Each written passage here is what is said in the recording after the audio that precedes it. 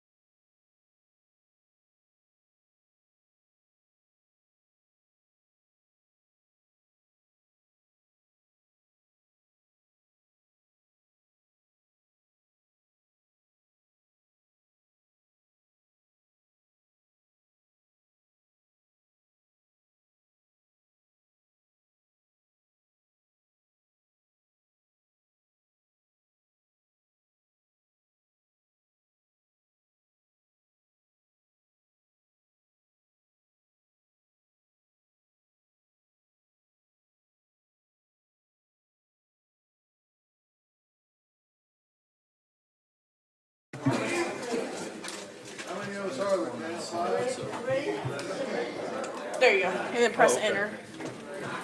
Right here. No. No. Oh, there.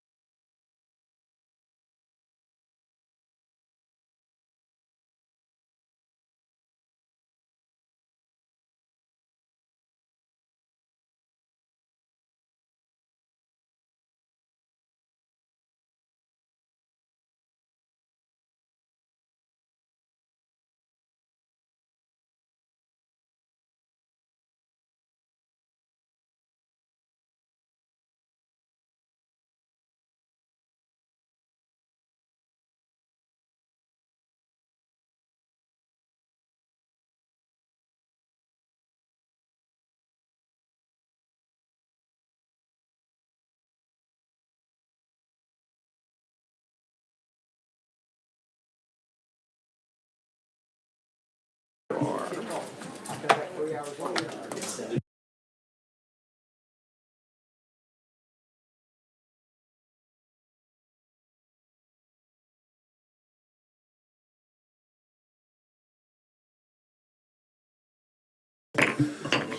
afternoon, everyone. Welcome to the Joint Government Operations Rule Review, May the 20th of 2026.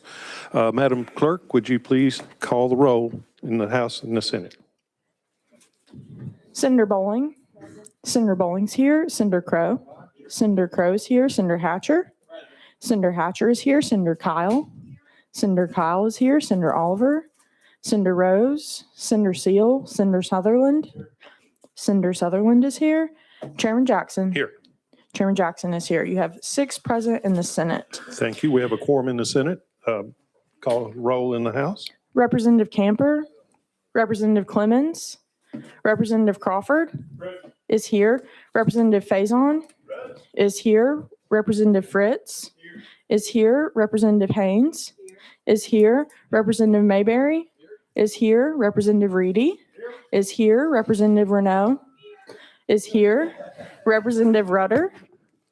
Representative Sherrill is here. Chairman Lafferty. Chairman Lafferty's here. You have 9 present. Thank you. And we have a quorum in the House as well. So next, are there any personal orders? Anyone have any personal orders? I know of one that we have a birthday in the House, on this committee, and I'd like to wish Senator Hatcher happy birthday. I don't know if anybody wants to sing to him. Anybody singers here? Yeah. Well, happy birthday to you, Senator Hatcher. And we would sing to you, but probably wouldn't like it. 41 again. All right.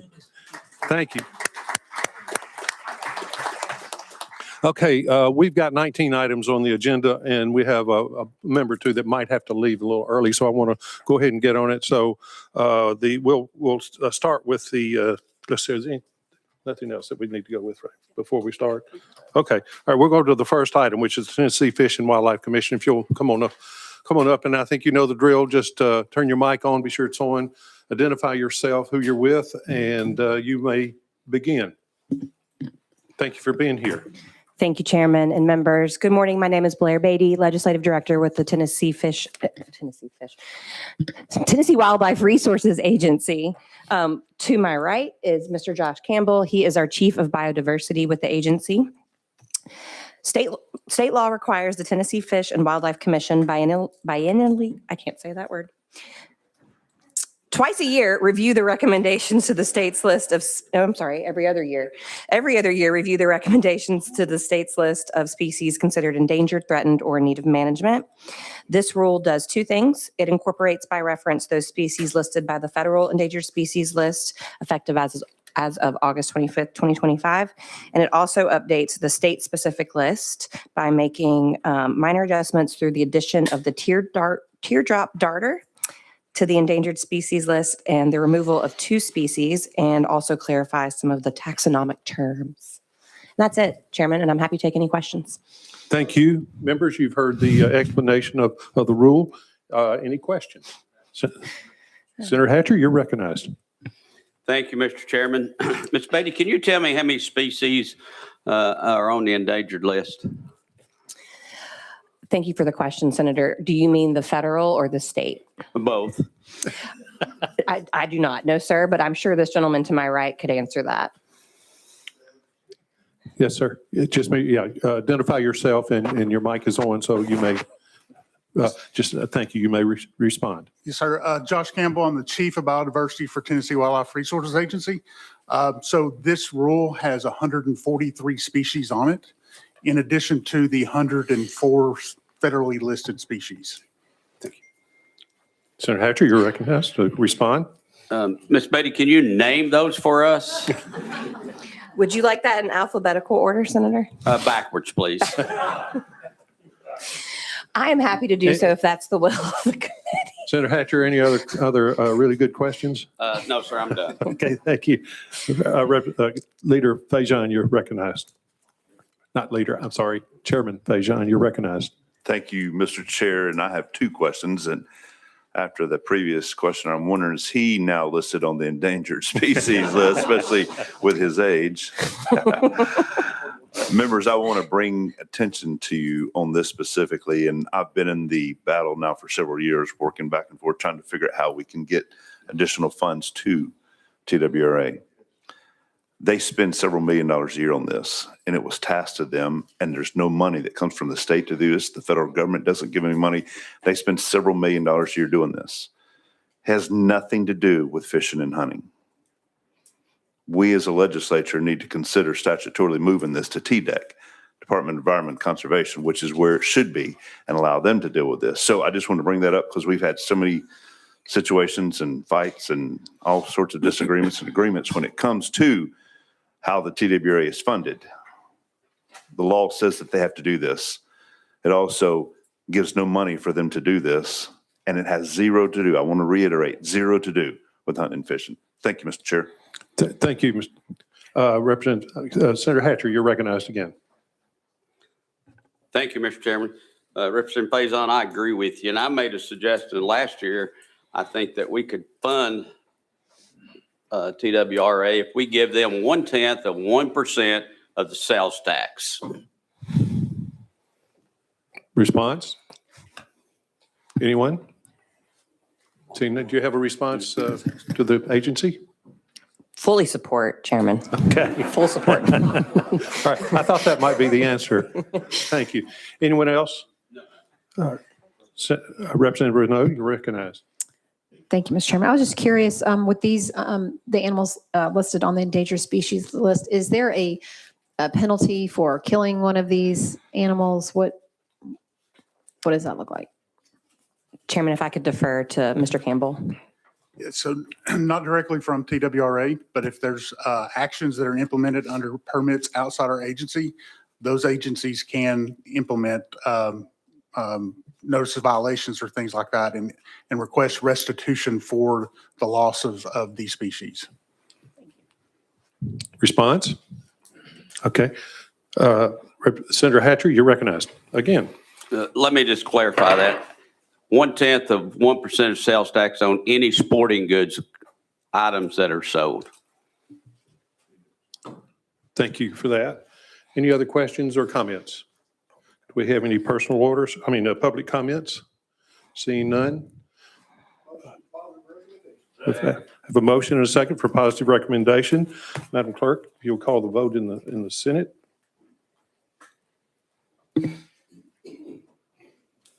Senator Bowling. Senator Bowling votes aye. Senator Crowe. Senator Crowe votes aye. Senator Hatcher. Aye. Senator Hatcher votes aye. Senator Kyle. Senator Kyle votes aye. Senator Oliver. Senator Rose. Senator Seal. Senator Sutherland. Senator Sutherland votes aye. Chairman Jackson. Aye. Chairman Jackson votes aye. You have 6 ayes. Thank you. All those in the House that vote that are for this, vote yes. Aye. All opposed? Ayes have it. This moves out with a positive recommendation both from the House and the Senate. Thank you, Chairman. Thank you very much. Okay, next up is the Tennessee Motor Vehicle Commission Regulatory Boards. And if you'll come forward and take your seat at I think you know the drill here. Just make sure your mic is on and tell us what your name is and who you're with. And you may begin. I think, Mr. Witzer, you're up. Thank you, Chairman. Reed Witcher with the Regulatory Boards Division at the Department of Commerce and Insurance. I'm joined by Candace Dawkins, our Legislative Director, and Denise Lawrence, who's the Executive Director of the Motor Vehicle Commission. The rules before you today were updated pursuant to the department's retrospective rule review. The rules require vehicle dealerships to notify the commission 30 days prior to a change of location to provide time for the commission to conduct an inspection to ensure compliance with the statutory requirements for dealer locations. The rules remove unnecessary fees and regulations for vehicle show permits and displays. As you'll recall, this committee approved a fee increase to remain self-sufficient for this program to remain self-sufficient last August. As a part of the retrospective rule review, the program identified 2 fees that were not included in that rule package that created inconsistencies among similar applications. As a result, these rules increased the dealer line make addition fee and the dealer salesman transfer fee to be the same as the new dealership fee and the new salesman fee. The program conducted a rulemaking hearing on October 28th, 2025. No public comments were received. And with that, happy to answer any questions from the committee. Thank you. Members, you've heard the explanation of the Tennessee Motor Vehicle Commission. Any questions from the members? Seeing none. Like to close? Any public comment? Seeing none. Madam, I need a motion for positive recommendation. I have a second. Madam Clerk, if you'll call the vote in the Senate, please. Cinder Bowling. Cinder Bowling votes aye. Cinder Crow. Cinder Crow votes aye. Cinder Hatcher. Cinder Hatcher votes aye. Cinder Kyle. Cinder Kyle votes aye. Cinder Oliver. Cinder Rose. Cinder Seal. Cinder Sutherland. Cinder Sutherland votes aye. Chairman Jackson. Aye. Chairman Jackson votes aye. You have 6 ayes. Thank you. And all in favor of this in the House, say aye. Aye. Opposed? Ayes have it. This moves out with a positive recommendation. Thank you, Chairman. Thank you. Okay, next up, item number 3, Tennessee Alcohol Beverage Commission, if you'll come forward. And please take your seat at the table. Tell us who you are and who you're with, and you may proceed. Thank you, Chairman Jackson. Russell Thomas, Executive Director of the Tennessee Alcoholic Beverage Commission. I'm joined today to my right by Aaron Rummage, our Director of Communication, Policy, and Legislation. And to his right, Dr. Pritesh Kumar, our Hemp Regulatory Advisor, basically our in-house science advisor. We are here today presenting a rules package related to our regulation of hemp-derived cannabinoid products. Public Chapter 526, the most recent significant legislation in this field, was signed into law May 21st of 2025. Immediately after that, we began meeting with a wide variety of stakeholders representing different viewpoints as we developed this rule package that you have in front of you today. Throughout that process, our focus was to faithfully implement the framework enacted by this General Assembly while providing clarity and consistency to those regulated businesses and trying to avoid unnecessary compliance burdens where possible. Since implementation began, the Commission has worked to build a regulatory framework that is both effective and workable for industry participants. The number of state-approved third-party laboratories has expanded significantly. The Commission began accepting new license applications back in December of 2025. We have been processing those over the last 6 months. We've maintained healthy review times, averaging about 32 days from submission to approval of a license. At the same time, the Commission has investigated hundreds of businesses across Tennessee for compliance issues and to ensure that the businesses are falling into compliance with the law enacted by the General Assembly. During the rulemaking process, we received about 15 public comments. Many addressed statutory provisions that simply weren't subject to rulemaking, such as matters related to THCA, the list of substances that would be allowed and disallowed, certain labeling requirements, things that were laid out clearly in the statute. Some of the comments really reflected operational requests, really more than any requests to change, add, or delete any rulemaking language, such as a lot of businesses expressed a desire that we approve more third-party laboratories, these businesses that they work with, to get their products tested so they would have more choice in that area. Because several provisions of the statute took effect on a short timeline, the Commission also pursued an emergency rules package while this permanent rulemaking process was underway to ensure that there was no gap in implementation that began January 1st. As an example, most importantly, the statute directed us to establish product safety standards, including prohibitions related to things like pesticides and toxic heavy metals. This committee reviewed that emergency rules package back in mid-February, a few months ago. These rules that are before you today are substantially the same rules that you approved earlier this year in February in that emergency rules package. Now, same set of rules in front of you in the permanent regular rules package. Thank you, Mr. Chairman. Thank you. Members, you've heard explanation of this rule. Question from any of the members. Senator Bowling, you're recognized. Thank you. And I believe this is contained within this question. I heard from a lot of vendors who have sold hemp and other products where now there were certain products that would have to be in a store that only allowed people inside the store who were 21 and older. Is that contained in this? I know I've spoken with you about it. You're recognized. Yes, thank you, Senator Bowling. In the public chapter promulgated in 2025, the legislature went in and by statute created a list of 4 categories of businesses that could obtain a retail license. I think looking back at some of the committee discussion and testimony, there was a lot of thought on, possibly concerns with too many businesses out there selling these products. And there was a lot of healthy discussion on as to what should the qualifications be to get a license, who should get one or not get one. And so the final statutes came up with 4 categories. The legislature said that any business that makes these products, that supplies these products, can also get a license to retail, sell their own products at their business location.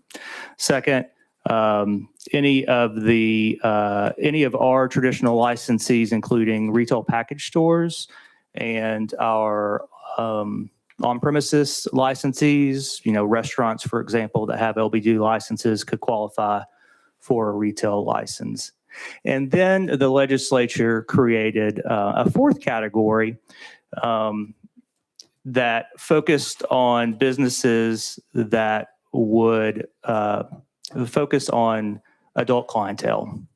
And so the legislature said that 4th category would require that businesses limit entry to persons 21 and up. Response, Senator Bowling, you're recognized. How is it determined which business has to have the adult clientele? I've had businesses in my district that were selling health food products. I go there. We buy the different protein products and whatever, but they would also sell some of the hemp products. And instead of it just being in a different section of the building or on a higher shelf or whatever, they were saying no one could come into that store now that's not 21 or older. That seems a little excessive. How was that determined? It was determined by the General Assembly, not the ABC. Well, then we were wrong. So we will need to correct that. How could it differentiate between these 4 categories, though, if you're talking about similar products? So the first 3 categories are pretty clear to determine whether they qualify. The legislature said, 1, if you have a license to supply these products, you can get a license to retail these products at that same location. 2, if you have... And, Yes, ma'am. that location would not require you to be 21 to enter that location? The statute did not require that, no, Okay. ma'am. Second category was that retail package store licensees. And that does not require that you're 21? That statute does not require that you are 21. Okay. The third was businesses that hold an on-premises or a LBD, we often say, license from the ABC, such as a bar or restaurant type business. And they're not restricted to just 21 or older? The statute did not do that, no, ma'am. So the only one is where they're selling health food products. And if they also sell this, then you cannot go in there unless you're 21 or older. Or you cannot even take your child with you. I mean, you cannot have anyone under the age of 21 in that store. Yes, ma'am. The 4th category would be a business that restricts entry of the entire premises to those that are 21 and older. That can include a variety of business and practice, health food type stores, things that I think most Tennesseans would commonly refer to as smoke shops or vape stores, things of that nature. I'm not putting those in the same category at all. And so is there any methodology where someone, if they're selling health food products, they're not a smoke shop, they're not anything that you've seen in gas stations lately or in a lot of different places. These are legitimate stores that have already been in operation that sell health food, and they would like to add this to theirs. Is there a reason that they were put into this fourth category? Well, I would say two things. First, you are correct. If they are selling things that are defined as these HDCPs, these regulated substances, they do have to meet those requirements for licensure. I will say in practice, over recent months, as we've talked to a lot of businesses that I think fit your description of more healthy lifestyle type retail places, a lot of these businesses are not selling most of these products that we are talking about. So for example, some of these businesses will call us and say, hey, we just have a few of these kind of CBD only products. These don't have THCA, they're not intoxicating. So there have been quite a few businesses that we've talked to, and then we've talked to them about their product list. They've determined that some of the products they have don't require a license to sell. So many of them, while they didn't qualify for a license, after talking with us, they realized They don't need the license? they don't need the license. Okay, thank you very much. Thank you, ma'am. Thank you. Any other members have questions? Chairman Lafferty, you're recognized. Thank you, Chairman.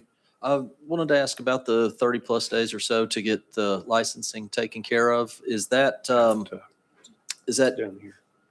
I don't know if that's a long time in the business. I don't know if that's a short time in the business. Could you elaborate a little bit? Is it something that the applicants are doing? Is it something that could be tightened up a little bit on your side? It is, relatively speaking, when it comes to regulatory agencies doing similar things, that is a fast time. Our peer agencies in other states often take months to approve license applications. Now, within those 30 days, I would say that the largest amount of time that might be delaying an application is that it was submitted incompletely, and our staff had to request additional documents. So, in theory, if an application is submitted in a complete in its complete form, it can be processed much more quickly than that. So that averages across all applications, including those that were submitted in an incomplete form without required documents, for example. Thank you. You're recognized. Go ahead. Thank you for that. Thank you for that answer. The other thought that I was given some consideration here we're basically taming the Wild West here. You guys have been along for this ride the whole time. Yes, It's sir. been a yo-yo. A lot of these businesses have been at the end of a yo-yo string. Is there any kind of grace period, some latitude? Can you guys help out? I guess is what I'm asking. Can you help these businesses a little bit more if they don't have all the T's and I's perfectly dotted?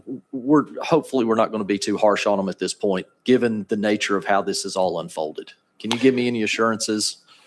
Yes, sir. We certainly try to be as flexible as we can with these businesses and in all of the regulatory authority that we have, and work with them, such as during an application process. Is there some document they're missing? Is there some substitute we can accept? Maybe they don't have this. Do they have that we can accept in that process? And we are ready and willing to work with them to do that. Thank you. Thank you, Chairman. Thank you, Chairman Lafferty. Representative Crawford, you're recognized. Thank you, Mr. Chairman. Make sure your mic is on. Thank you, Mr. Chairman.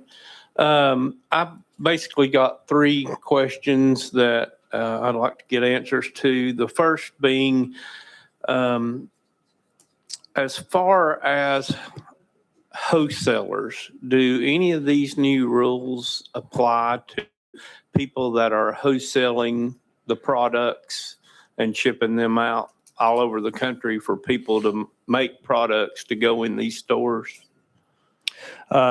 This rule package has sections relative to suppliers, wholesalers, and retailers. In the rules that we've promulgated, most of those are focused on the application process rather than adding any type of additional restrictions on what they can or can't do beyond the statutes.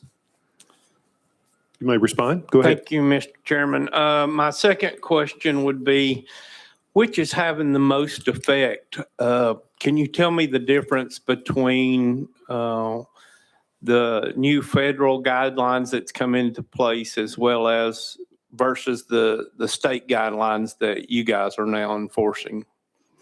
So there's been activity in the federal world on a couple of fronts over the last 12 months or so.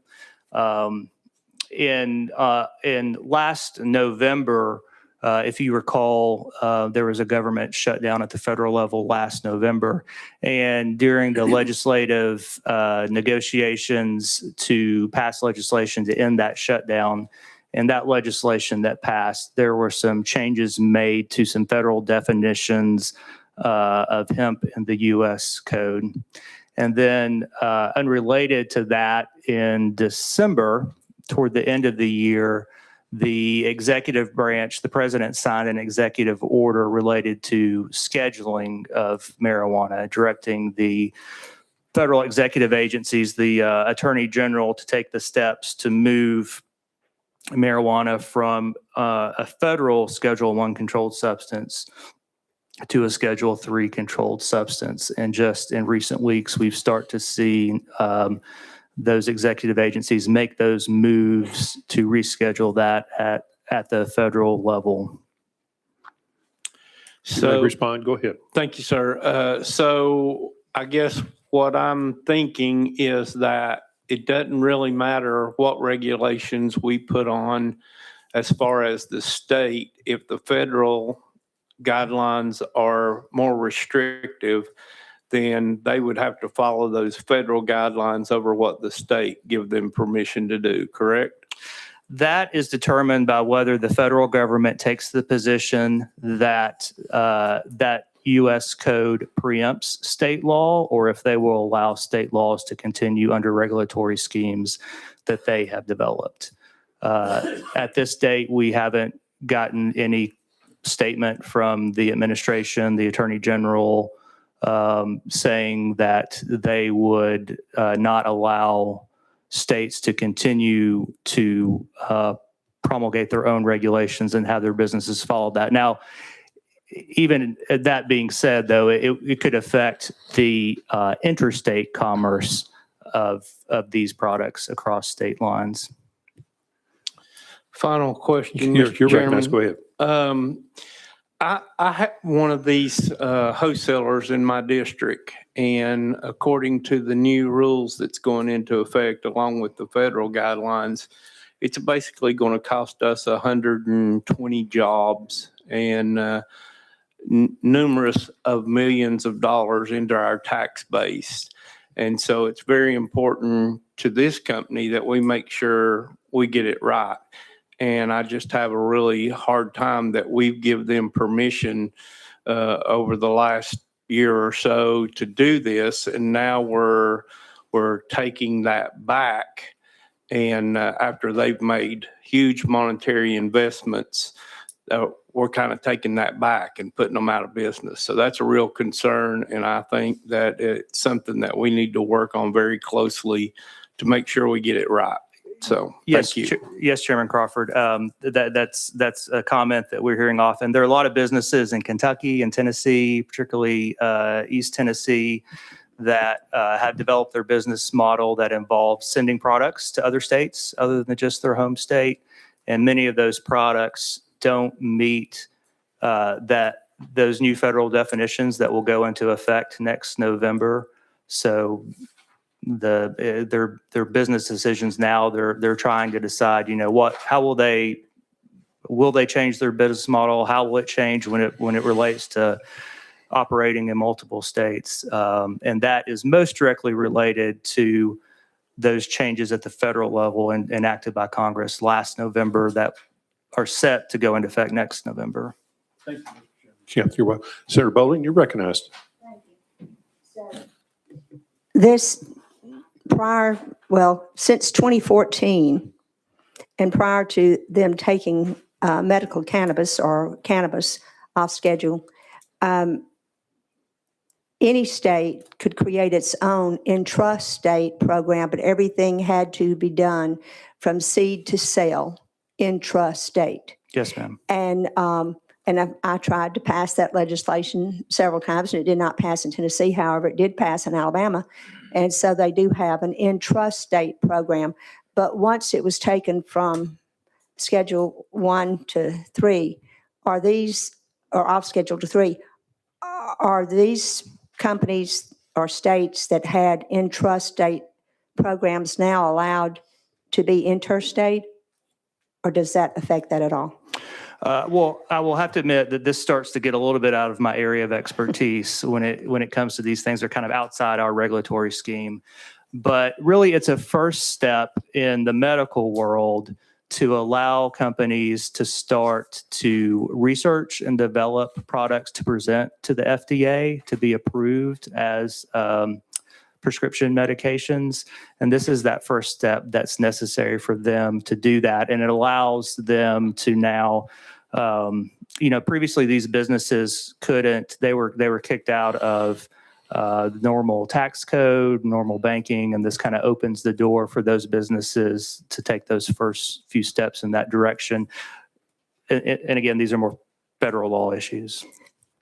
You're recognized, Senator Bowling. Thank you. Because prior to this, only in America could research be done only to show the detrimental effects.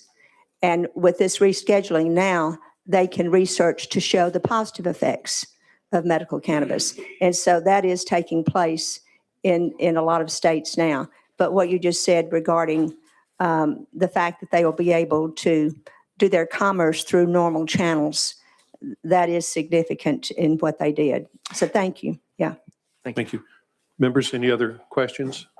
I have a couple of questions that I'd like to ask. One is, you've been given a lot of added responsibility, I'll call them Beverage Commission, for oversight over this cannabis. And, do you have enough, I guess, inspectors or people to do this? Or have you had to add some? Anyway, I just want to make sure you have the resources that you need to be able to do this. Thank you, Chairman Jackson, for that question, and we appreciate your support in making sure we have those resources.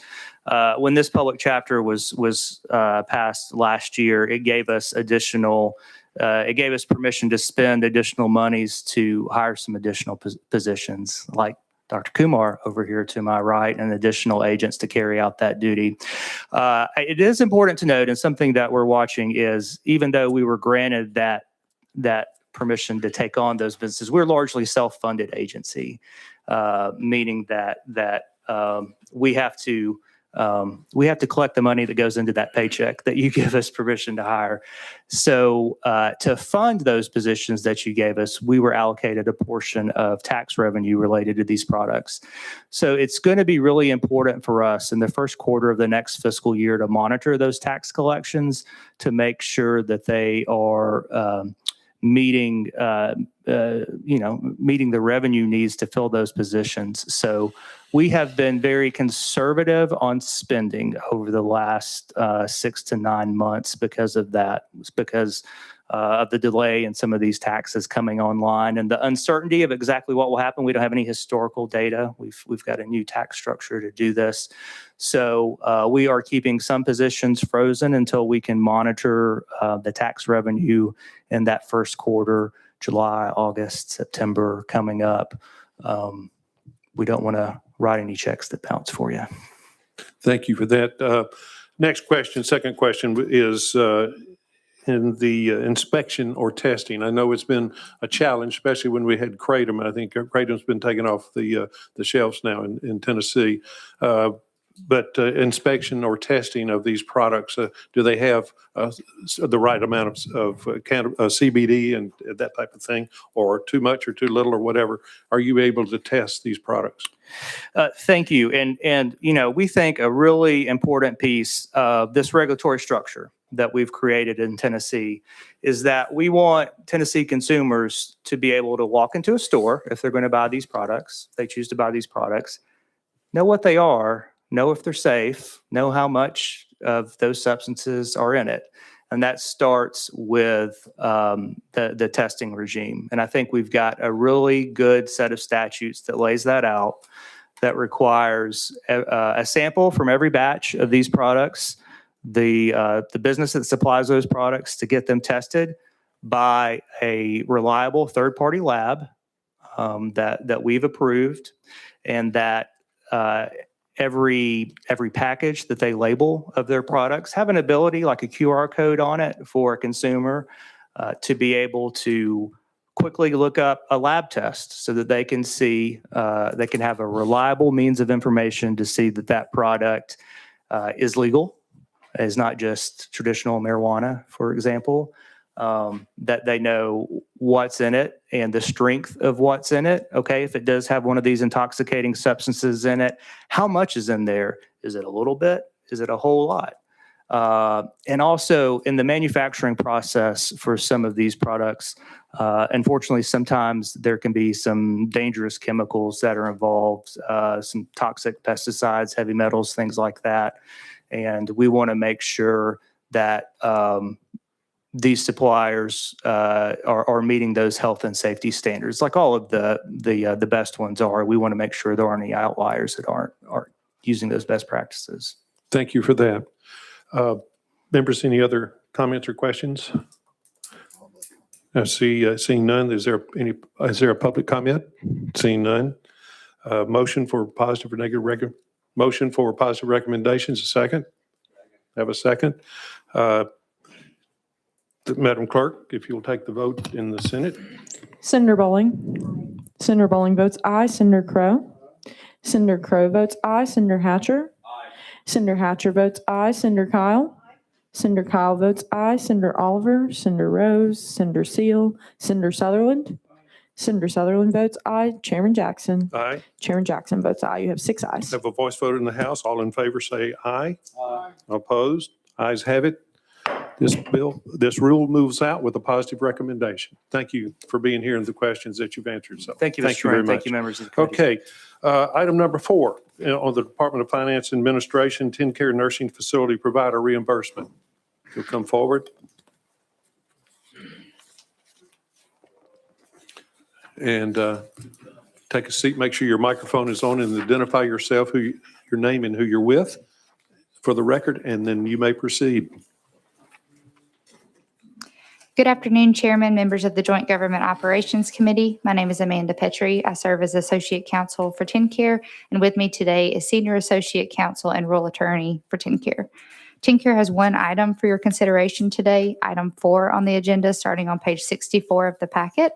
It's TennCare's permanent rules regarding the payment-driven payment model, or patient-driven payment model, or PDPM, for Medicaid reimbursement to nursing facilities, and minimum data set, or MDS, case mix reviews, as well as the quality improvement in long-term services and supports, otherwise known as the QUILTS methodology, which is the quality-based component of TennCare's reimbursement methodology for nursing facilities. Specifically, this rule amendment to Rule Chapter 1200-13-02 adds new definitions and revises existing definitions regarding PDPM and MDS case mix reviews. It adds new provisions clarifying how MDS case mix reviews will be conducted, and penalties will be assessed or determined for nursing facilities with unsupported MDS resident assessments. It adds new provisions concerning the PDPM system and adds a new rule for MDS case mix reviews to this chapter. It also amends Rule Chapter 1200 or Rule 1200-1302.11 to provide further clarification regarding how performance benchmark methodology will be established and distributed to providers, stakeholders, and nursing facilities that are Medicaid licensed via an annual QUILTS memo.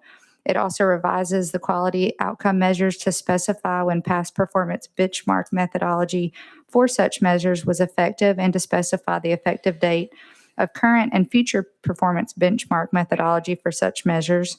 It revises the performance benchmark methodology for quality outcome measure staffing and staff competency and clinical performance, and revises the quality incentive program scoring, which provides nursing facilities the opportunity to score a quality tier cut point greater than 100. Overall, this rule amendment represents current standards utilized by state Medicaid agencies for nursing facility reimbursement, including use of the PDPM system, and adopts standards for Quilt's methodology, which were drafted in collaboration with the Tennessee Healthcare Association, the Comptroller's Office, and external stakeholders. We conducted a public hearing for these permanent rules on March 2nd, 2026, and received no public comments. Happy to answer any questions. Thank you. Members, you've heard the explanation of the rule. Any questions from any of the members? Okay, seeing none. Okay, Representative Renaud, you're recognized. Sorry. Thanks for indulging my question. Just curious, the Quilts manual details these scoring methods. Is there any reason why those scoring benchmarks wouldn't be put in the rules? Why that's a separate manual? Or is it just so voluminous that it requires a separate manual? My understanding is so voluminous that it requires a separate manual. That manual is also published on the website and is drafted in collaboration with stakeholders. You're recognized. Go ahead. And how often do those benchmarks change? So this rule puts the quality metrics in place, I believe, for 3 years, is my understanding, that they can't be amended for 3 years. But the manuals are published annually on the website. You're still recognized. Go ahead. Last question, I think. And what would be the catalyst for changing those benchmarks? Like every 3 years, what happens that might require those to change? That's a good question. Thank you for the question, Representative. I may have to call up one of our subject matter experts. I don't want to tell you wrong on that. Okay. If you just have a seat and make sure your microphone is on, identify yourself, who you're with for the record. Thank you. Thank you. Katie Evans, Director of Long-Term Services and Supports for the Division of TennCare. In this case, we have not updated the Quilts rules since the beginning of the program. And so although we can do it based on the statute every 3 years and as outlined in the rules, the catalyst is usually there's some change in quality metrics from federal level or internal discussions, and we're trying to move forward and advance the quality measurements of our nursing facilities in collaboration with Tennessee Healthcare Association. Response? Thank you. Thank you. Members, any other questions? Seeing none. We have any public comments? Seeing none. We have a positive or a negative recommendation? Have a positive motion for a positive recommendation. Have a second? Have a second. Okay, Madam Clerk, if you'll take the vote in the Senate. Senator Bowling. Senator Bowling votes aye. Senator Crow. Senator Crow votes aye. Senator Hatcher. Senator Hatcher votes aye. Senator Kyle. Senator Kyle votes aye. Senator Oliver. Senator Rose. Senator Seal. Senator Sutherland. Senator Sutherland votes aye. Chairman Jackson. Aye. Chairman Jackson votes aye. You have 6 ayes. Thank you. And this rule moves out with I'm so sorry. I forgot the House. All in favor of this, please respond to saying aye. Aye. All opposed? Ayes have it. Now, this rule moves out with a positive recommendation. Thank you. All right.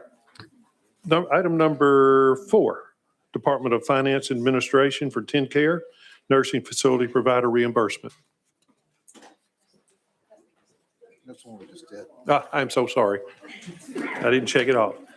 All right, Environment and Conservation, Radiological Health.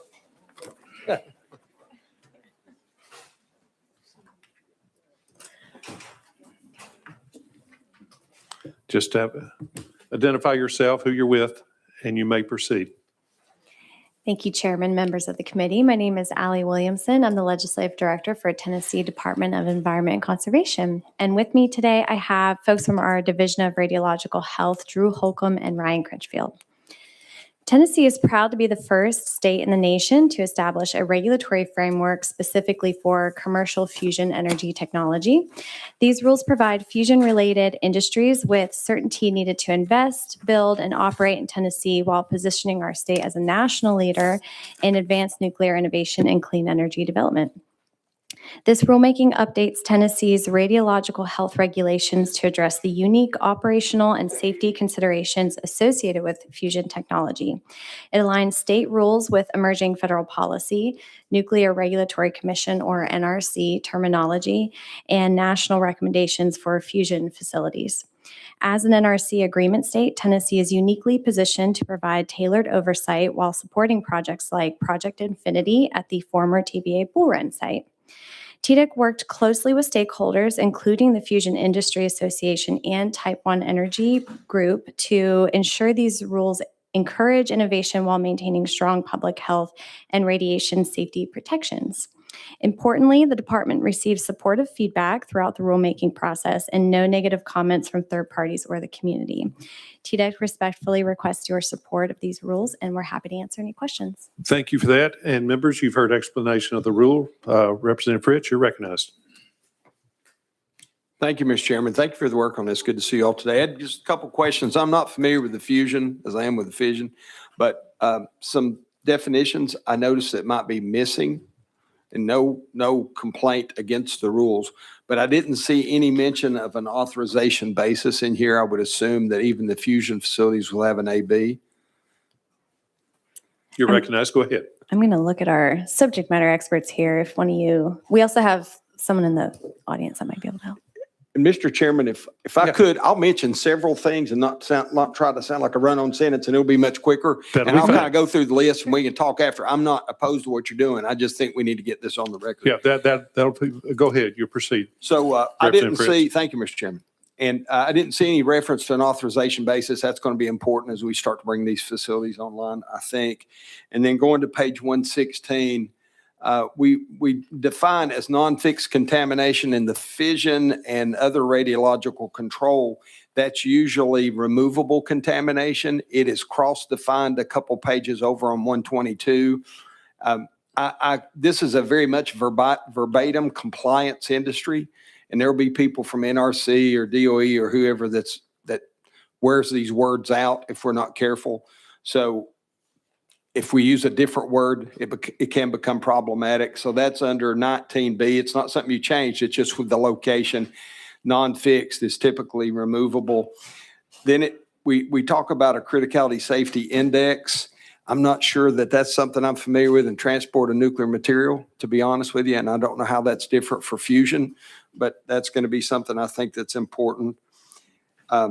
Again, not a change just in where it locates, but we define deuterium. We don't really define tritium, and we don't talk about hydrogen. So getting into that H1, 2, and 3 would probably be helpful to us for the novice reader of this as we start to implement the rules.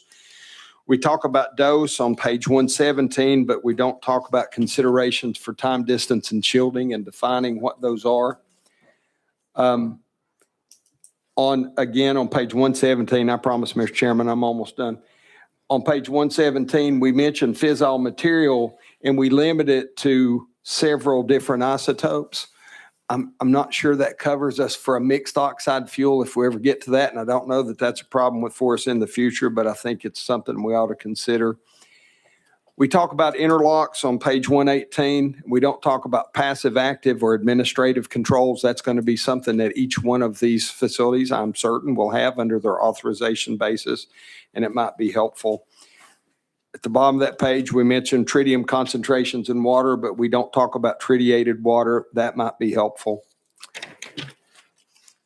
And last, I think, is on page 121, and it's special nuclear material quantities. Again, I don't even know what that will be for fusion energy, but we talk about uranium enrichment and we talk about mass quantities, and we don't really have a definition of low enriched uranium or high assay low enriched uranium, and I suspect that might be a conversation point at some point in time in all these that might be worth us bringing. And very last one, byproduct on page 124, it talks about any radioactive material that might be problematic in the verbatim compliance down the road. So I just mentioned all those things. Thank you for all the hard work and helping us lead the way on this. Come see me if we need help. I can get us in the right place. The department, you're recognized to respond. If you need to re-ask one or two, then you may do that. So go ahead. I absolutely understood all of that. First of all, that's a joke. I'm sorry. Yes, happy to, we will absolutely follow up. I took notes. We'll work with our team. We'll make sure we follow up. Yeah. Thank you, Mr. Chairman. One more Fritz, you're follow-up on. recognized, yeah. Thank you, Mr. Chairman. Page 128, I mentioned again, the authorization basis and the passive, active, and administrative controls. And that is an added section in there on quality assurance and enforcement actions, because I think that's going to be part of it too. So, thank you. Thank you. Representative Senator Crowe, Chairman Crowe, you're recognized. I would just follow up on that a little bit. I know Senator Sutherland and I have both had nuclear fuel services in our district, and we know that Representative Fritz was a respected leader in that industry, and so I would take seriously what he says and look at it very closely. Thank you. Thank you. Members, any other questions for the committee? Seeing none, we have any public comments? Seeing none. Madam Clerk, if you'll call the roll. Oh, wait a minute. I have a motion for a positive recommendation. I have a second. I have a second. Madam Clerk, if you'll take a roll call in the Senate. Senator Bowling. Senator Bowling votes aye. Senator Crowe. Senator Crowe votes aye. Senator Hatcher. Senator Hatcher votes aye. Senator Kyle. Senator Kyle votes aye. Senator Oliver. Senator Rose. Senator Seal. Senator Sutherland. Senator Sutherland votes aye. Chairman Jackson. Aye. Chairman Jackson votes aye. You have 6 ayes. Okay, we're going to have a voice vote in the House. All in favor, say aye. Opposed? Ayes have it.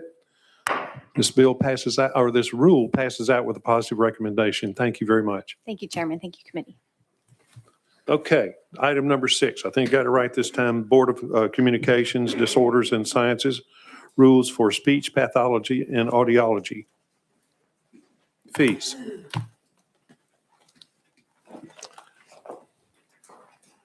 Thank you. Just make sure your mic's on, recognize yourself, and you may proceed. Good afternoon, Chairman, members of committee. My name is Olivia Johnson. I'm a legislative liaison for Department of Health.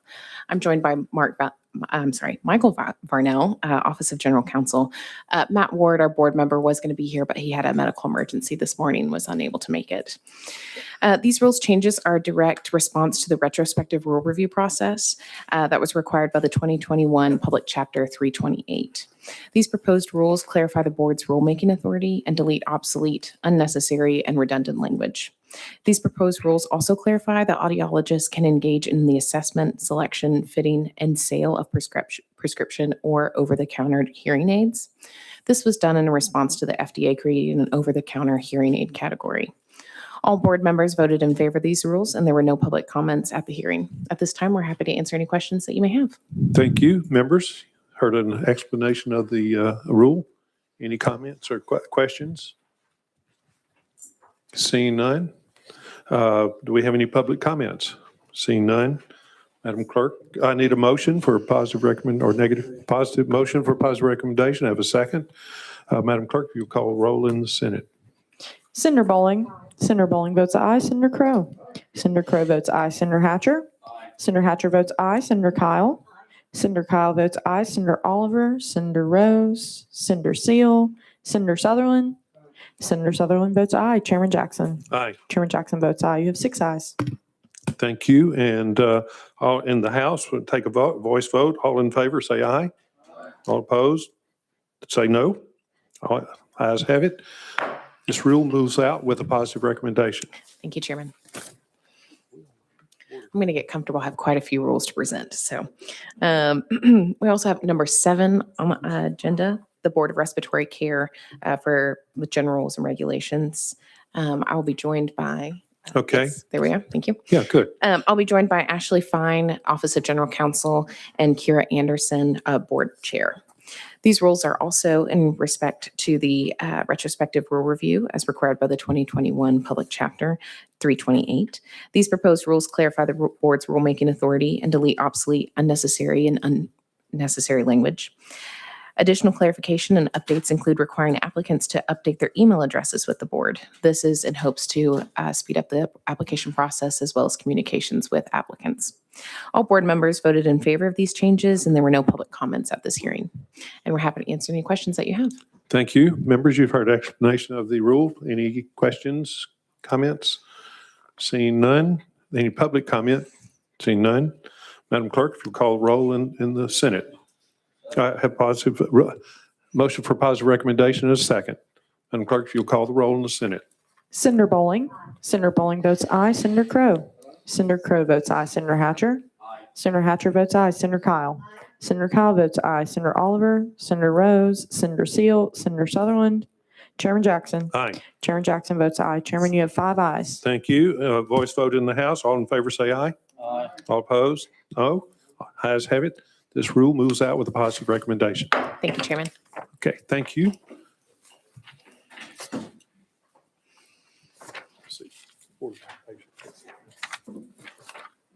Okay.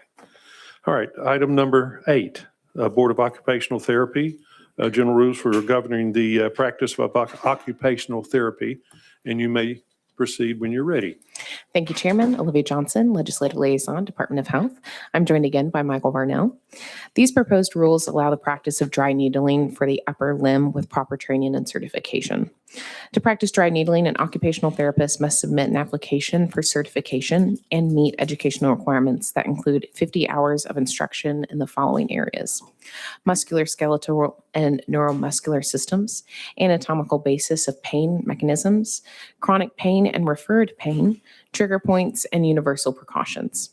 Additionally, occupational therapists are required to obtain 24 hours of dry needling instruction that is specific to the upper limb, which is defined as the hand, wrist, elbow, and shoulder girdle. These proposed rules also add a new section to the Occupational Therapy Licensure Compact, which the General Assembly adopted in 2022. These proposed rules also include a fee increase for the following. The application fee for occupational therapists is increasing from $100 to $125. The application fee for occupational therapist assistants is increasing from $75 to $100. The late renewal fee for occupational therapists is increasing from $15 to $30. The late renewal fee for occupational therapist assistants is also increasing from $15 to $30. The biennial renewal fee for occupational therapists is increasing from $85 to $135. And the biannual renewal fee is for occupational therapist assistants is increasing from $60 to $115. These fee increases are to keep the board self-sufficient as required by statute. All board members voted in favor of these changes, and there are no public comments at the hearing. At this time, we're happy to answer any questions that you may have. Thank you. Representative Reedy, you're recognized. Thank you, Mr. Chairman. One quick question. Of course, we're seeing the fee increases for self-sufficiency. When will they go into effect? You're recognized to respond. Thank you. The fee increases will Just go in. identify yourself if you would, just for the Michael Varnell, record. Board Attorney. The fee increases will go into effect once the rule is effective. Okay. And I think the effective date on the rule, I think, is June 16th.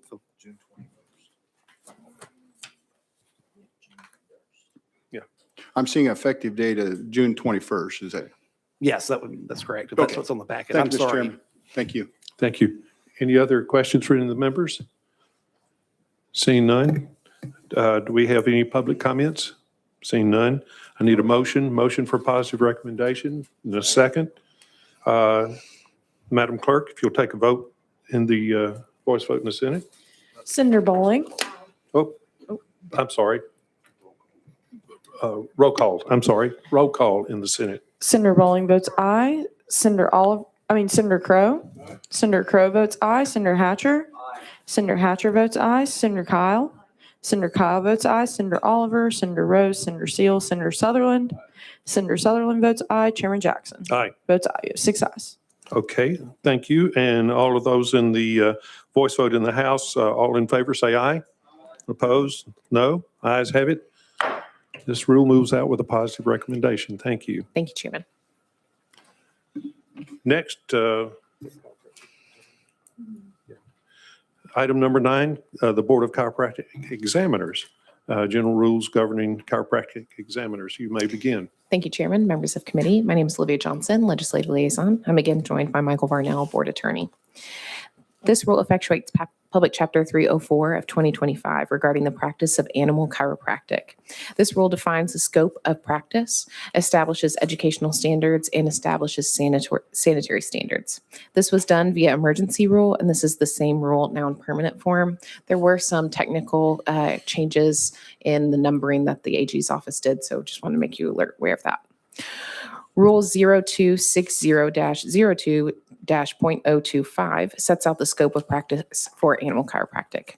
A chiropractic physician that wants to engage in animal chiropractic must submit proof to the board obtaining a certificate of animal chiropractic from the American Veterinary Chiropractic Association or a similar curriculum approved by the board that consists of at least 210 hours in animal chiropractic.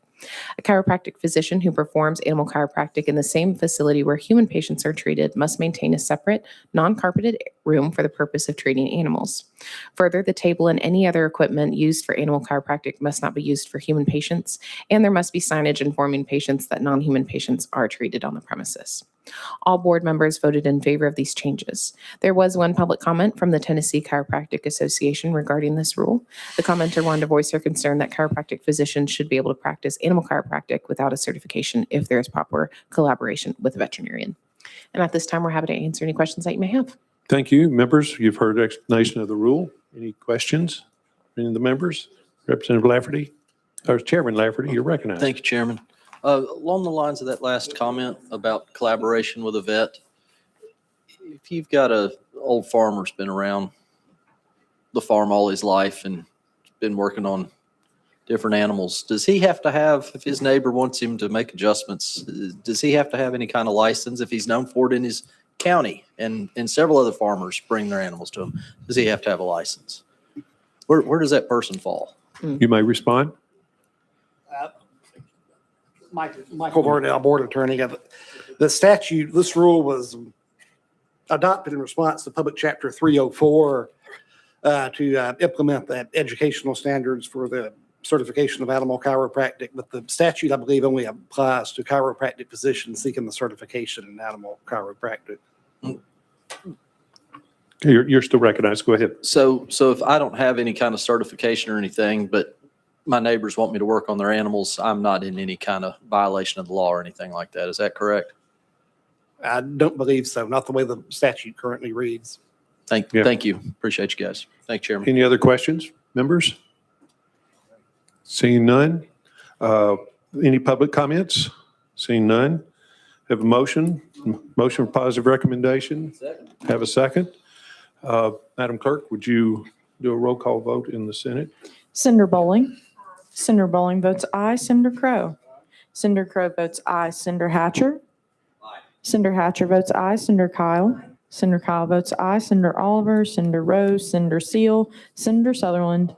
Senator Sutherland votes aye. Chairman Jackson. Aye. Chairman Jackson votes aye. You have 6 ayes. Thank you. And voice vote in the House. All in favor say aye. Aye. Opposed? Nay. Ayes have it. This rule moves out with a positive recommendation. Thank you, Chairman. Okay, item number 10, Board of Dietitian Nutritionist Examiners. General rules and regulations. Good afternoon. Olivia Johnson, Legislative You're Liaison. recognized. Yes, ma'am. Oh, thank you. Sorry, sir. I'm joined now by Ashley Fine, General Counsel, and Jennifer Ernest, Board Chair. These rules are in direct response to the retrospective rule review as required by the 2021 Public Chapter 328. These proposed changes clarify the board's rulemaking authority, delete obsolete, unnecessary, and redundant language. Additional clarification and updates include requiring applicants to update their email addresses with the board to speed up the application process as well as communication between applicants and the board. All board members voted in favor of these changes, and there were no public comments at the hearing. At this time, we're happy to answer any questions that you may have. Members, you've heard the explanation of this rule. Any questions? Representative Renaud, you're recognized. Thank you, Mr. Chairman. I missed it actually in the respiratory rules. And since you mentioned the thing about the email, I'll just ask it here. I assume that they're probably somewhat similar about them having to update their email within 30 days. Is that what it says in this one? You may, see, your mic's not on. Be sure your mic is on. Identify yourself. Who you're with? Ashley Fine, I'm the Associate General Counsel of the Department of Health and attorney for the board. It is the same in each of these rules that they would need to update their email address similar to their physical address within 30 days. Yes, Representative Renaud, you're recognized. Thank you, Mr. Chairman. So one of the things it said, if I remember correctly, it was specific, they also had to include in that email their social security number along with their license number. Is there not any concern about communicating that kind of sensitive data in an email to you guys? Is there another way for them to acceptable form for them to communicate that sensitive data? Let me, if I may, I can answer that, but let me just glance at the rule real quick.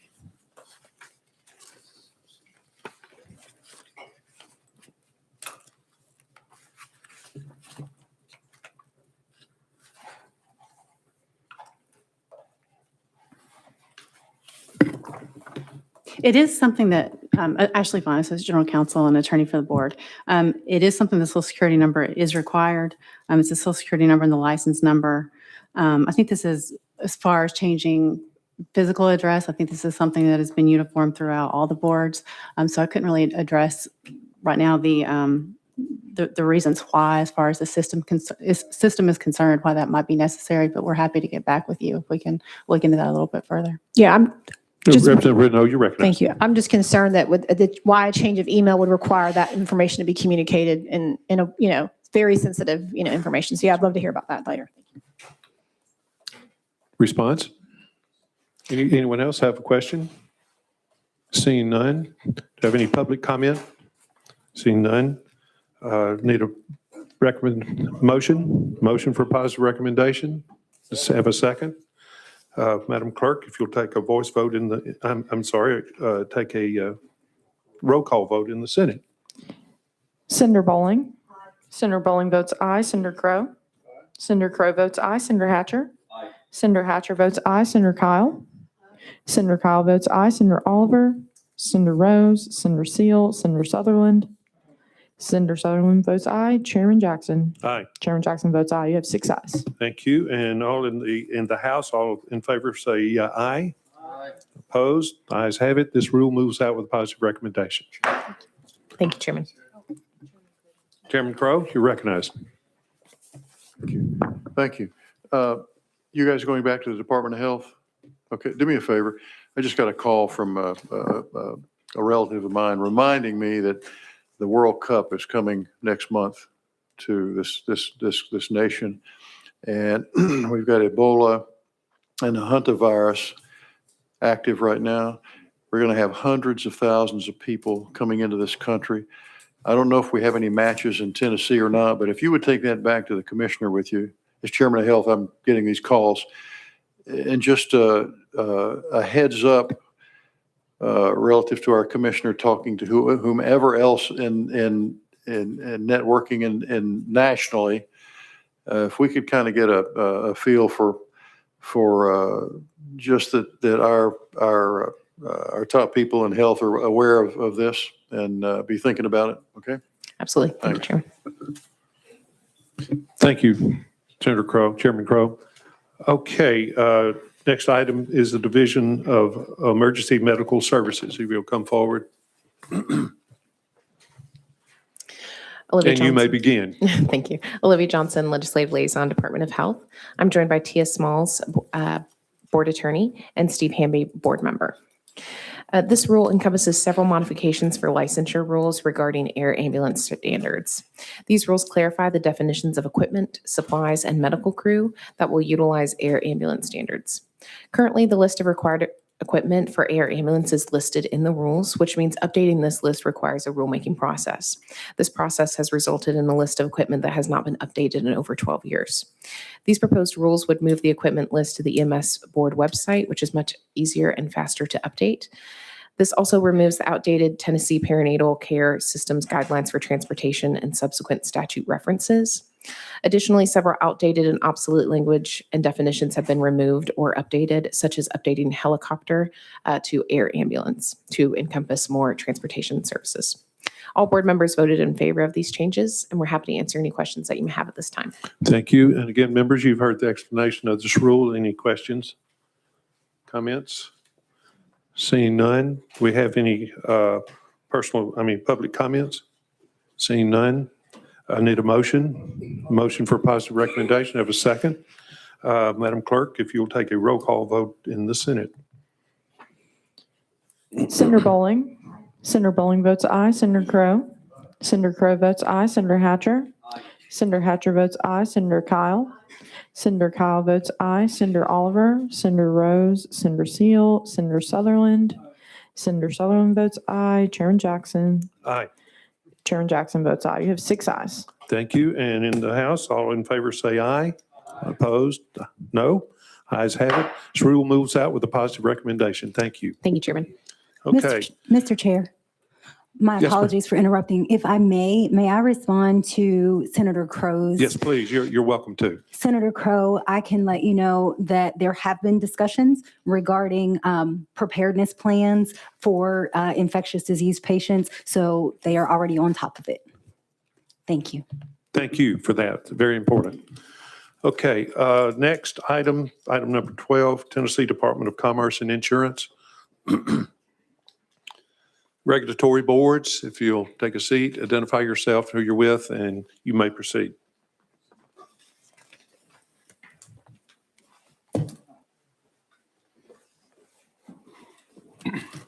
You're recognized. Thank you, Mr. Chairman. Reed Witcher. I'm the Assistant Commissioner for Regulatory Boards of the Department of Commerce and Insurance, joined by Candace Dawkins, our Legislative Director, and Jen Binkley, who's the Executive Director of the Debt Management and Resolution Programs for the division. The rules were promulgated pursuant to Public Chapter 287 of 2025, which created a new debt resolution company license, and for the debt management rules, the department's retrospective rule review. The rules are similar to the emergency rules approved by this committee in February for the debt resolution piece. Some minor changes were made based on industry feedback to provide clarity.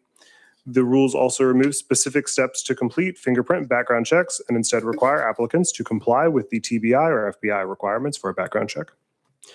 The program conducted a rulemaking hearing on January 13th, 2026. They received 2 comments from the Association of Consumer Debt Relief, one in advance of that hearing suggesting some changes, and an additional comment at the hearing thanking the program for incorporating their comments into the rules. With that, happy to answer any questions. Thank you. And members, you've heard the explanation of the rule. Questions from anyone? Seeing none. We have any public comments? Seeing none. I need a motion for positive recommendation. Have a second. Madam Clerk, if you'll do a roll call vote in the Senate, please. Senator Bowling. Senator Bowling votes aye. Senator Crow. Senator Crow votes aye. Senator Hatcher. Senator Hatcher votes aye. Senator Kyle. Senator Kyle votes aye. Senator Oliver. Senator Rose. Senator Seal. Senator Sutherland. Senator Sutherland votes aye. Chairman Jackson. Aye. Chairman Jackson votes aye. You have 6 ayes. Thank you. And voice vote in the House. All in favor, say aye. All opposed, say no. Ayes have it. This rule moves out with a positive recommendation. Thank you. And we're ready for item number 13, Detection Services Licensing Program. And I think you're seated, so you are recognized to respond to this rule. Thank you, Mr. Chairman. Again, Reed Witcher, Assistant Commissioner for Regulatory Boards of Commerce and Insurance, joined by our Legislative Director, Candace Dawkins, and Ashton Booty, the Executive Director for the Detection Services Licensing Program. These rules were promulgated pursuant to Public Chapter 344 of 2025, which created an enhanced armed guard certification for armed guards, and also the Detection Services Licensing Program retrospective rule review. The enhanced armed guard rules are similar to the emergency rules approved by the committee in February. However, based on industry feedback and further research into requirements for similar certifications in other states, the permanent rules reduce the number of rounds required in the firearms test to 90 for rifles and 20 for shotguns, but maintain the 70% accuracy requirement. The retrospective rule review clarifies what information must be submitted from certified trainers to conduct online training and updates the process for obtaining a special event permit to increase transparency but maintain flexibility for our licensees. The program conducted a rulemaking hearing on February 9th, 2026. 14 individuals made comments about the enhanced armed guard portion of these rules. Many of those comments received were outside of the scope of the rulemaking and were regarding Public Chapter 344. With that, happy to answer any questions. Thank you, members. Again, you've heard this rule. Any questions, comments? Seeing none. We have any public comments? Seeing none. I need a motion. Motion for positive recommendation. Have a second. Madam Clerk, if you'll call roll call vote in the Senate. Senator Bowling. Senator Bowling votes aye. Senator Crow. Senator Hatcher. Senator Hatcher votes aye. Senator Kyle. Senator Kyle votes aye. Senator Oliver. Senator Rose. Senator Seal. Senator Sutherland. Senator Sutherland votes aye. Chairman Jackson. Aye. Chairman Jackson votes aye. You have 5 ayes. Thank you. And a voice vote in the House. All in favor say aye. Aye. Opposed, say no. Ayes have it. This rule moves out with a positive recommendation. Thank you, Chairman. Okay, item number 14, Board of Athletic Trainers, General Rules Governing the Practice of Athletic Trainers. And please come forward, take a seat. Identify yourself, who you're with, and you're recognized to respond to tell us the rule. Back again, Olivia Johnson, Legislative Liaison, Department of Health. I'm joined by Michael Varnell, Board Attorney, and Craig Morehouse, Board Member. These proposed rules would effectuate Public Chapter 76 from 2025 that establishes specific educational and practice standards for athletic trainers to perform dry needling. In order for an athletic trainer to perform dry needling, an athletic trainer must obtain 50 hours in instruction regarding musculoskeletal and neuromuscular systems, anatomical basis of pain mechanisms, chronic pain and referred pain, trigger points, and universal precautions. Additionally, athletic trainers are required to obtain 24 hours of dry needling instruction that is specific to technique, indications, documentation, managing adverse effects, and bloodborne pathogens protocol. All board members voted in favor of these changes, and there were no public comments at the hearing. At this time, we're happy to answer any questions that you may have. Thank you, members. You've heard explanation of the rule. Chairman Lafferty, you're recognized. Thank you, Chairman. Hey, I was just curious, do the athletic trainers, are they required to have any kind of liability protection like a chiropractor would or a doctor? You may respond.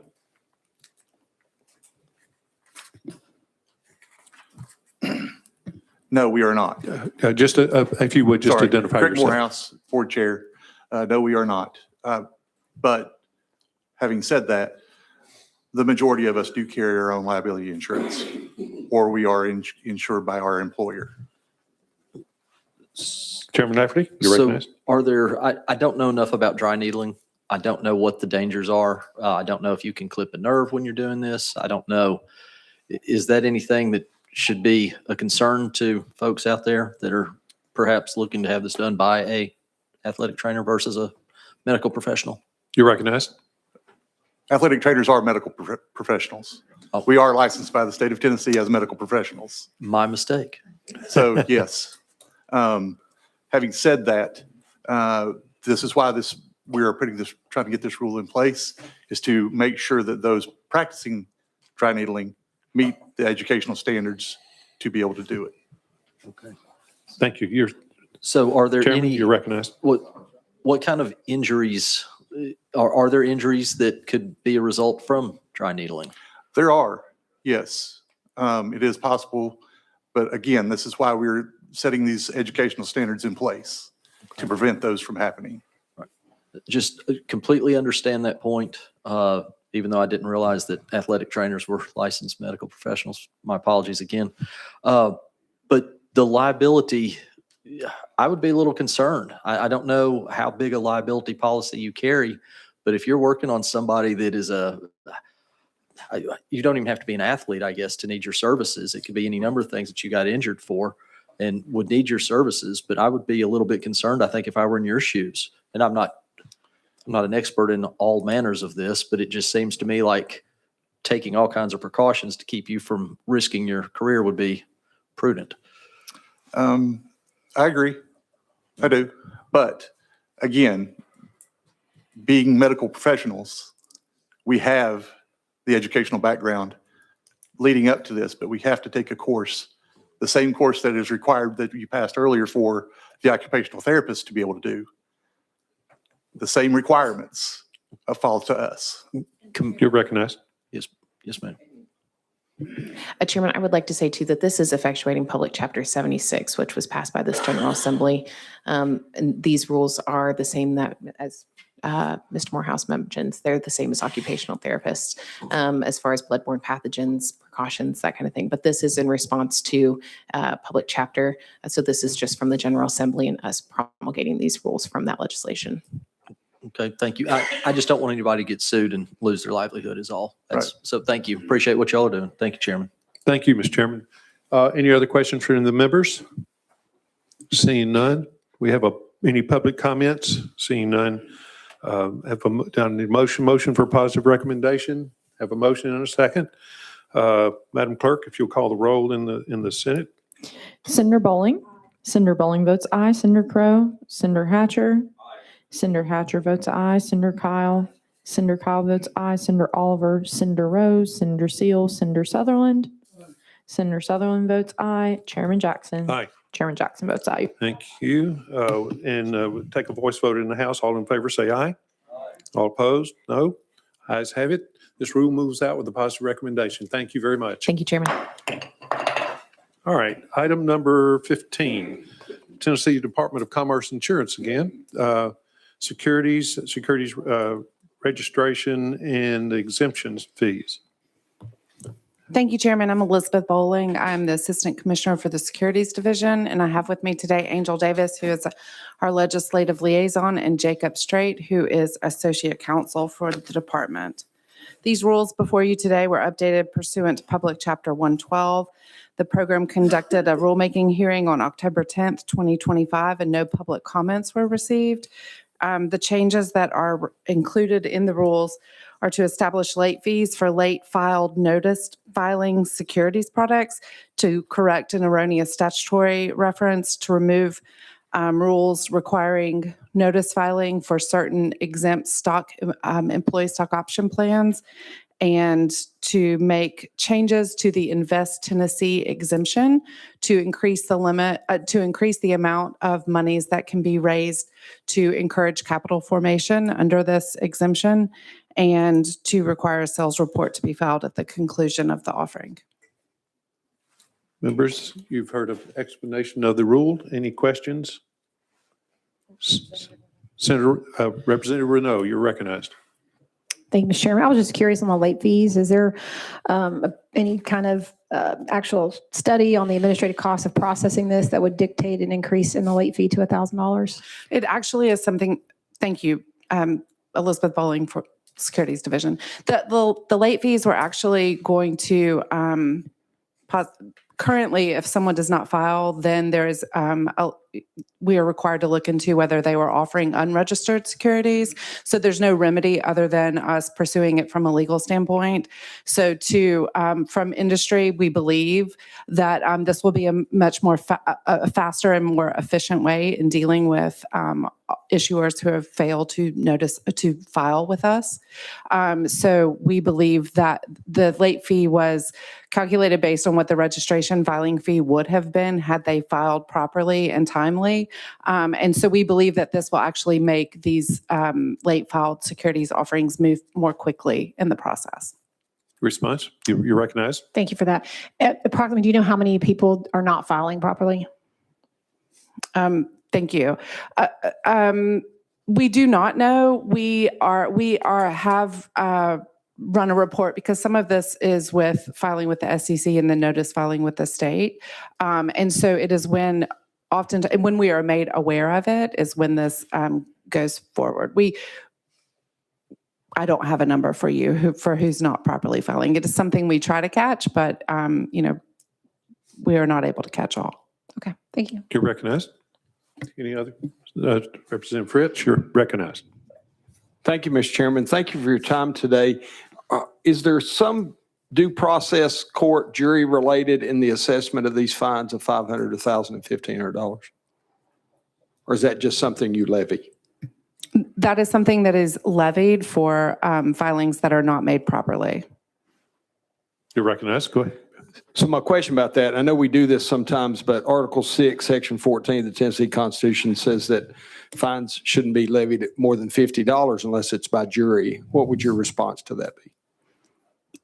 Thank you. I'd refer that to Jacob Straight, who is with our legal division. Just identify yourself, make sure your mic is on, and identify yourself, who you're with. You may respond. Thank you, Mr. Chairman. Thank you, Representative. Appreciate the question. These are late fees that were authorized by the enactment of Public Chapter 112. There are statutory deadlines already imposed for when these filings should be made, at what intervals and at what timeframes. So it's very much just a question of, was the filing made at this time? And these filings are all done through the CRD system. I believe I'm correct on that, Commissioner. No, these filings are made through the EFD system or through the, or in paper filings, but they are following statutory timeframe requirements. Thank you. I knew I needed to kick that over to her because securities world is full of acronyms, and I knew I was going to have the wrong one right then. So that's the situation. There's statutory deadlines for these filings to take place, and this is just if those filings are after those deadlines would have passed. Yeah, Representative Fritz, you're still recognized. Just one follow-up. And so it's kind of there's a question and then a response to the question from me.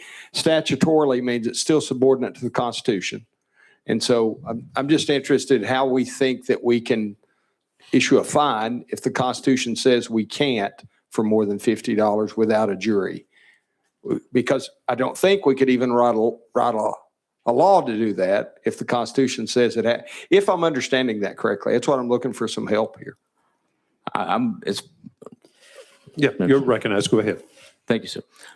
Representative, with as far as that goes, my understanding of the issue is that yes, that constitutional prohibition is there, but these are not fines; they are late fees, and that's the way they've been styled, and they've been styled in that manner through the act that was passed by the General Assembly. Thank you. Thank you. Any other questions from the members? Seeing none, are there any public comments? Seeing none. Is there a motion? Have a motion for a positive recommendation, a second by Senator Bowling. Madam Clerk, if you'll call the roll in the Senate. Senator Bowling. Senator Bowling votes aye. Senator Crow. Senator Hatcher. Senator Hatcher votes aye. Senator Kyle. Senator Kyle votes aye. Senator Oliver. Senator Rose. Senator Seal. Senator Sutherland. Senator Sutherland votes aye. Chairman Jackson. Aye. Chairman Jackson votes aye. You have 5 ayes. Thank you. And voice vote in the House. All in favor say aye. All opposed? No. Got one no. 2 no's.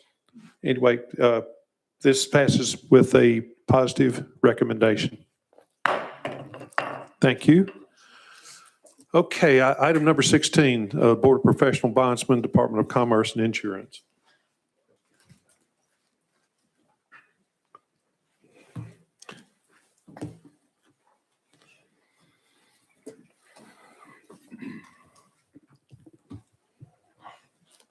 Mr. Witcher, we've got you spread out today, haven't we?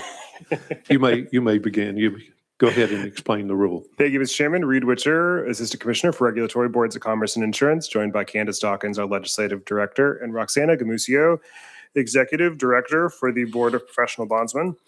These rules were promulgated pursuant to Public Chapter 491 of 2025. The rules are similar to the emergency rules approved by this committee in February. The board made 2 changes for the permanent rules. First, they changed references to the company licensees of this program from bail bondsman companies to bail bonding companies. That's the term that's typically used in that industry. And also, the permanent rules allow the program to refund application fees to applicants who do not qualify for the license.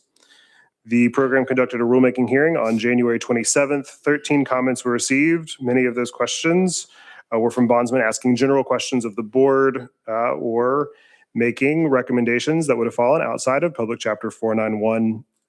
2 of the changes, those 2 changes that the board made to these permanent rules were as a result of public comments. With that, happy to answer any questions about these. Thank you, members. Again, Representative Fritz, you're recognized. Thank you, Mr. Chairman. Thank you all for your time again today. My question is similar to the last group, and it's on page 569.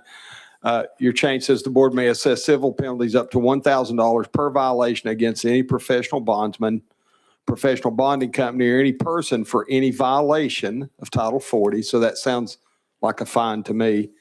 Chapter 11 or any other rule promulgated thereunder. And so my same question goes back to Article 6, Chapter 14 of the Constitution. How do we do that? How do we? You're recognized. Thank you, Mr. Chairman. So programs attached to the Division of Regulatory Boards generally have an authorization for fines of up to $2,000 in statute. The process that I believe allows us to conform to the requirements you're talking about is that all of our fines assessed are subject to the UAPA process. So we issue a consent order that our licensee can voluntarily enter into where they agree that they committed the violation and that they will pay the fine, or they have the option to appeal that to an administrative law judge. And if they disagree with the opinion of the administrative law judge, they also have the ability to appeal that decision to Davidson County Chancery Court. So that still is in line with the UAPA process for appeals. Representative Fritz, you're recognized. Thank you, Mr. Chairman. I appreciate it. Thank you for the help on that. But if I'm reading it correctly, it says unless the penalty is assessed by a jury. And assessed means initially. And what you just described is we assign a fine to somebody and they've got an option to take it to court. I don't think that's what the Constitution's saying. And so I'm sure we're out of whack with that in lots of places. And I'm not trying to just point at you, but as I read through my Constitution, that concerns me that we're doing that.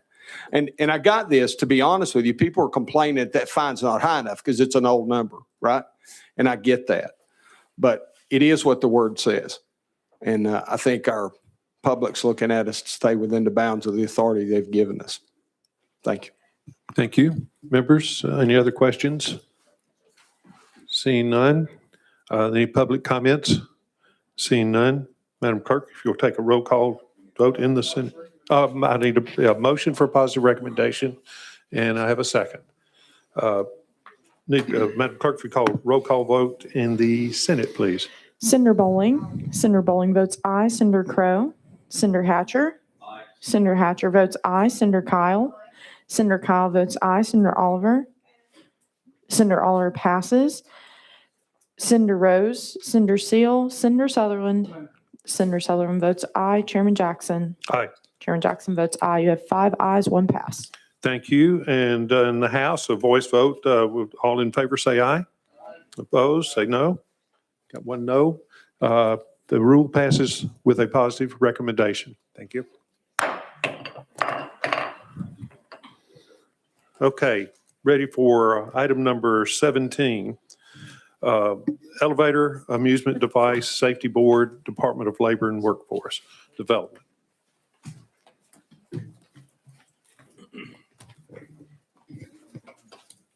Thank you, Chairman and committee members. Good afternoon. TS6E's Chief of Staff and Legislative Director for the Department of Labor and Workforce Development.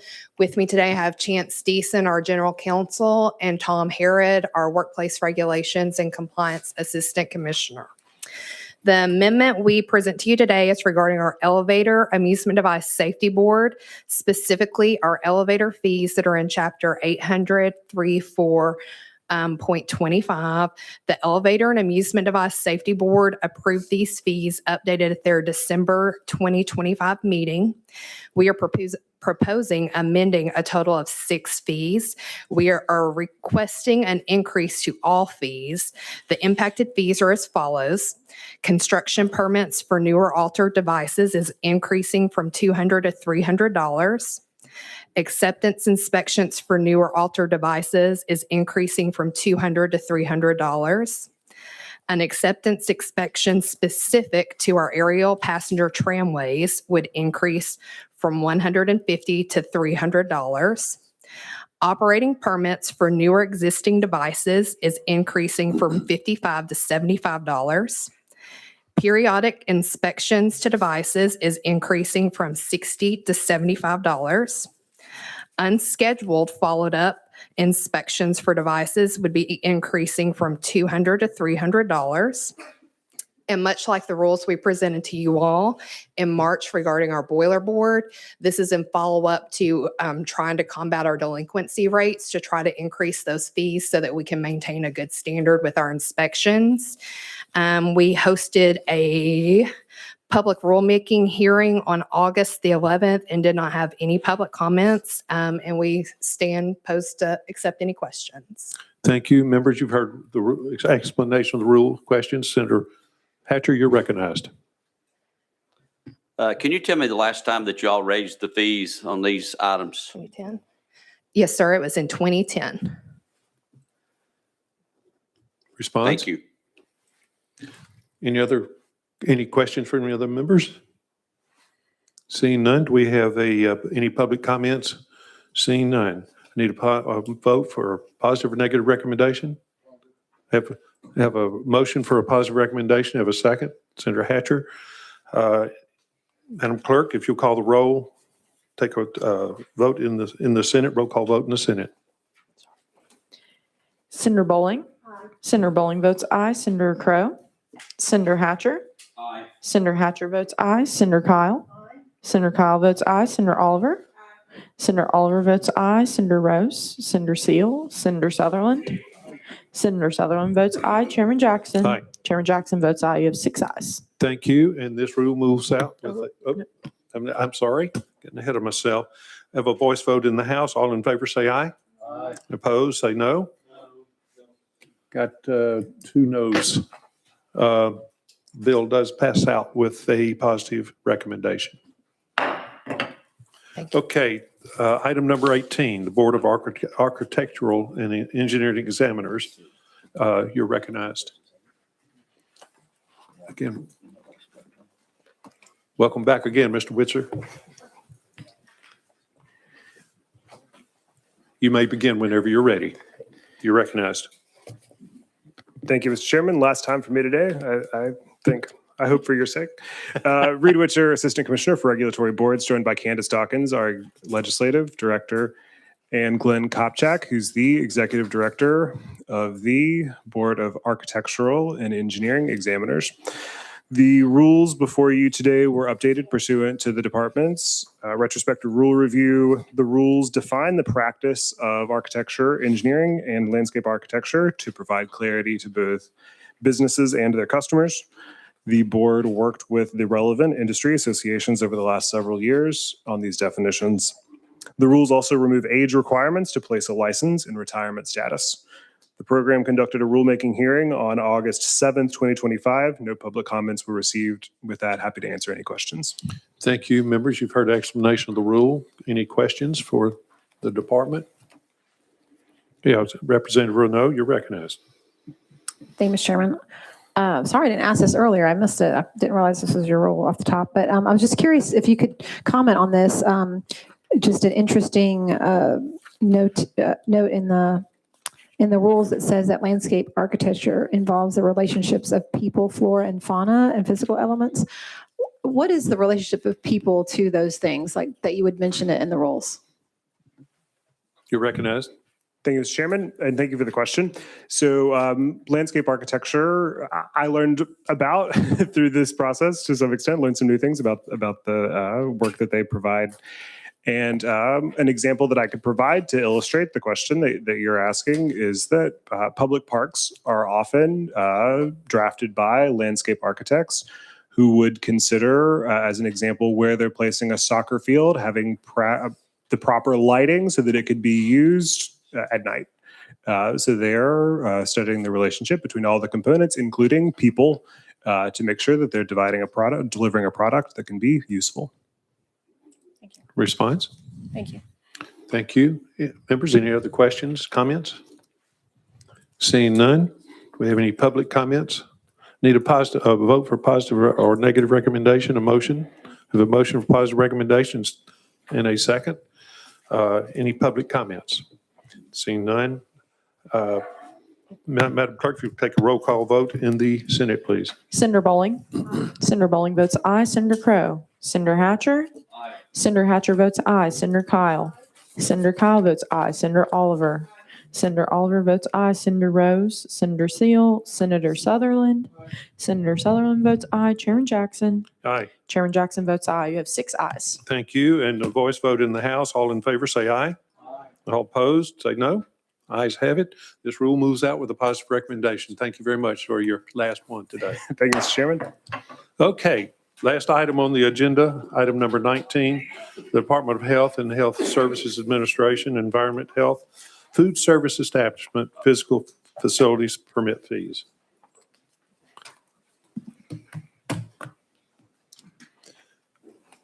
And if you will just make sure your microphone's on, you've been here plenty of times, so. You thought know you what got to rid do. of me. Yeah, and you may begin when you're ready.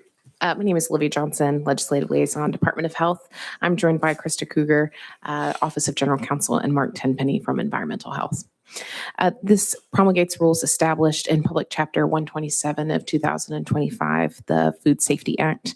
This allows departments to set fees and let me try that again, and food code in rules, not by statute. No permit fees have been changed. They've been simply moved from statute into rule. This also deleted duplicative language throughout the food code, and it added portions of the most recent food code to 2022, which is published by the United States Department of Health and Human Services, Public Health Service, and Food and Drug Administration. At this time, we're happy to answer any questions that you may have. Thank you, members. This, for the last one, you've heard the explanation of the rule. Representative Renaud, you're recognized.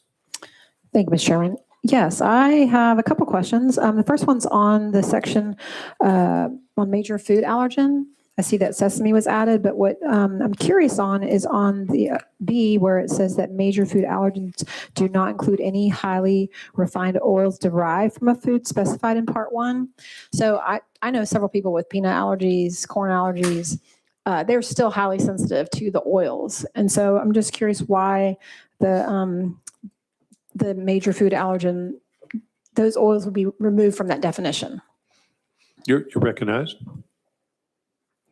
One second, we're conferring with our subject matter expert. Do you know, do you have a page number that we can Page reference? 8. Okay.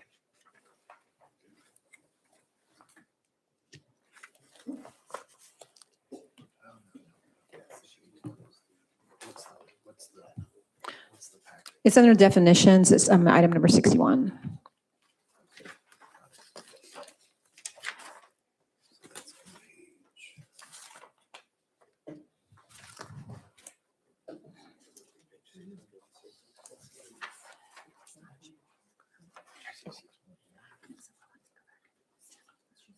Okay, that's not a change from the current rule, so we'll come back and check on that and get back to you if that's all right. Okay, that's fine. Yeah. And you said the seed oils, that was the. Well, sesame was added to that, but, and so I know people who have allergies to those and just would like to know why those would be removed from the food allergen list, just because they were refined. I'll move on to my second question, if that's okay. It looks like a definition was added for occasional sales, meaning that sales conducted at infrequent or irregular intervals by persons not typically engaged in a food safety business. I'm just curious why that definition was added. We clarify this. We found that on page 624, and the one before that on the packet, and then one before that, it was page 623, if you needed to go back to that one. So. Thank you. Working off the packet.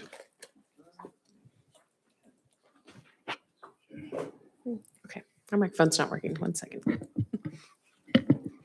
Sorry, Krista Kruger, Office of General Counsel. My understanding. Your mic is on now. I think we can hear you a little better there. Thank you. Krista Kruger, Office of General Counsel. My understanding of this is that definition was added just to clarify because there was some confusion among permittees about occasional sales which are exempted under the statute. And so that was just to define that further so that they understood fully what that meant because that was not defined in statute.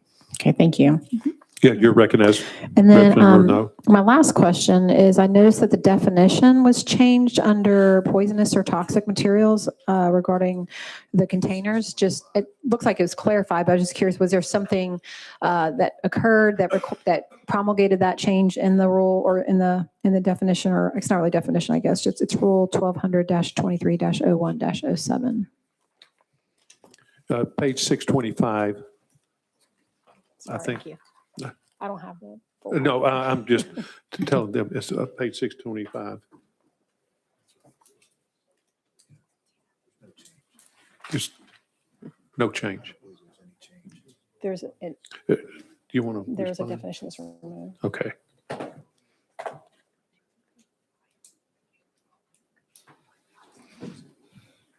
You're recognized. Hi, Krista Kruger, Office of General Counsel. So my understanding is that it was voted on by the CFP and that it was added to the food code. And so that didn't match with our current rules. And so when our statutory authority changed to allow us to update, previously our statutory authority said that we had to operate under the 2009 food code. So we weren't able to have that in the rules. Subsequently, that was changed in another version of the food code. And so we were able to adopt that and go with the most recent recommendation. Representative Renaud? Thank you. So to clarify, the old language that was removed, it sounded like it just dealt with EPA regulated stuff. This just, it opens it up to any poisonous or toxic material, whether it's regulated by the EPA or not. Is that correct? Yes. If he needs to come up and be recognized, he can come up and respond. I think the answer is yes on that one. Thank yes. you. Sorry. Thank you. Any other questions? Seeing none. Any public comments? Need a motion? Motion for positive recommendation. Have a second? Madam Clerk, if you'll take a roll call vote in the Senate. Senator Bowling. Senator Bowling votes aye. Senator Crow. Senator Hatcher. Senator Hatcher votes aye. Senator Kyle. Senator Kyle votes aye. Senator Oliver. Senator Oliver votes aye. Senator Rose. Senator Seal. Senator Sutherland. Senator Sutherland votes aye. Chairman Jackson. Aye. Chairman Jackson votes aye. You have 6 ayes. Thank you. And voice vote in the House. All in favor, say aye. Opposed? No. Ayes have it. This moves out with a positive recommendation. Members, that was the last item on the agenda, and I have just one comment real quick. Happy birthday again to Senator Hatcher. Have a great day, a great evening. Any other comments from anyone? Seeing none, do I have a motion to adjourn?